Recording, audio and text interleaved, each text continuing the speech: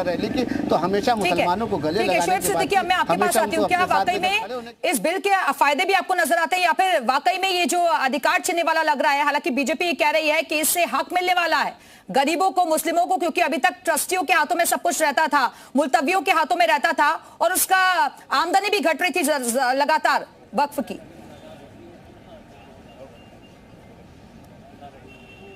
शोएब सिद्दीकी, अपने माइक को अनम्यूट कर लीजिए, आपकी आवाज हम तक नहीं पहुंच पा रही है सर।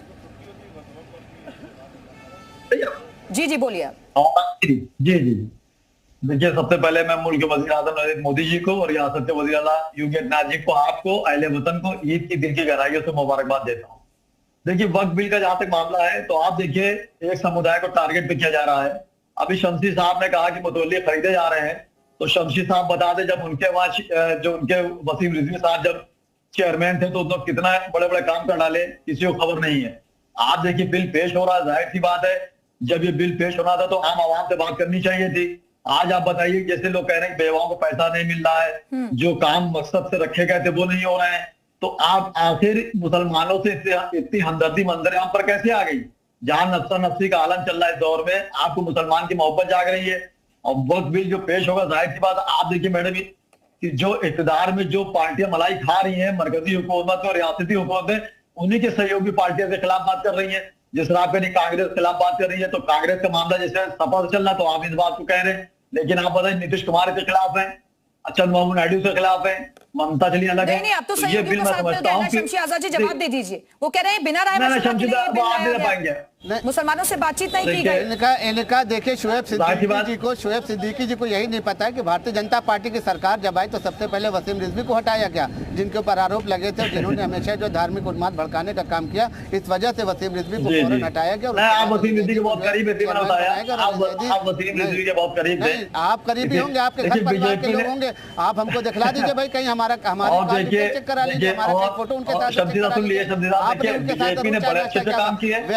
व्यक्तिगत बातें न करें शोएब भाई, ये संजीदा मुद्दा है। यहाँ पर मजाक करने के बाद आज ये बिल आ रहा है, आप नहीं, आप संजीदा बात नहीं कर रहे हैं, आप आरोप लगा रहे हैं हमारे ऊपर व्यक्तिगत। आप बात करिए कि जो बिल जो आ रहा है, क्या जरूरत पड़ी इस बिल को आने की? क्या आप बता सकते हैं कि वह बोर्ड में लूट खसोट नहीं मची हुई है? क्या आप बता सकते हैं कि इन जो इमारतें सरकार के अधिग्रहित है, जो इमारतें सरकार जिनको संरक्षित कर रही है, आप चाहे बड़ा देख लीजिए, चाहे रूमी गेट देख लीजिए, चाहे काजमैन देख लीजिए, चाहे गार वाली करबला देख लीजिए, नजफ देख लीजिए, इनका रख रखाव देख लीजिए, और जो प्राइवेट है, जो मुतवल्ली पैसा देकर बने, उनके बारे में आप पता कर लीजिए कि वहाँ की जमीनों किस तरीके से किस तरीके से बेचा जा रहा है। आप पहले इस पर आप पहले कार्रवाई करिए। नहीं, आप सबसे पहले तो आप ठेकेदार नहीं समाज के, आप ठेकेदार नहीं समाज के, समाज का ठेकेदारी अब खत्म हो चुकी है, समाज की ठेकेदारी अब खत्म हो चुकी है।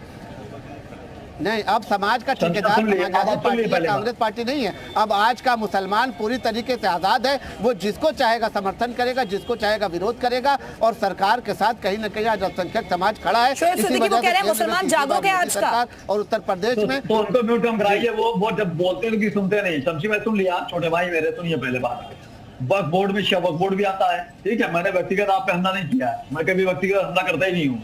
नेशनल चैनल है, मैं अच्छी बात पहुंचाता हूँ। तो आप जफर फारूकी का नाम क्यों नहीं लिया? आप जफर फारूकी का नाम क्यों नहीं ले रहे हैं, जो लगातार 23 सालों से चेयरमैन बने हुए? आप उनका नाम लीजिए ना पहले। तो आप उनको हटाइए। बीजेपी क्यों हटा रही? बीजेपी तो उनको संरक्षण दे रखा है, बिल्कुल हटाया जाएगा। उनको हटाएंगे, सरकार ने उनको दे दिया, सरकार ने उनको अल्टीमेटम दे दिया है, सरकार ने उनका कार्यकाल देखिए, ये बोर्ड है और चेयरमैन बनाया जाता है। टॉपिक पर ही रहना चाहिए, किसको रखा किसको नहीं रखा, हम इस पर आज चर्चा नहीं कर रहे हैं। आप बताइए क्या खामियां नजर आती हैं? ये जो संशोधित बिल लाया जा रहा है, इसमें क्या खामियां हैं? मैं ये कह रहा हूँ, देखिए, हमारे बाप दादाओं ने जो वक्त जमीनें दी थी, वो एक समुदाय को दी थी, उसके रखरखाव भी दी थी। आने वाले वक्तों में ये था कि गरीबों की मदद की जाए, बच्चों की कॉलेज बनाया जाए, वगैरह वगैरह। कुछ कमियां नहीं, हकीकत है मगर मैंने ये हमेशा बात कही कि एक समुदाय को टारगेट रखा गया, संशोधन बिल लाया जा रहा है, उसमें जैसे आप कह रहे हैं कि कुछ औरतों को रखा जाएगा, गैर मुस्लिम को रखा जाएगा, तो आप बताइए कौन सी ऐसी संस्थाएं हैं जहां पे मुस्लिम की मुदाखलत उसके अंदर है? और आप विपक्ष में आप देखिएगा सबसे बड़ा हंगामा होगा। लेकिन शमशी भाई तो गुजारिश रहेगी, इससे पहले भी बहुत बार हुए हैं। सबसे बड़ी आप बताइए, आप हिंदू जो है कैसे वह बोर्ड में आ जा रहा है, कैसे धार्मिक चश्मे से देखना जरूरी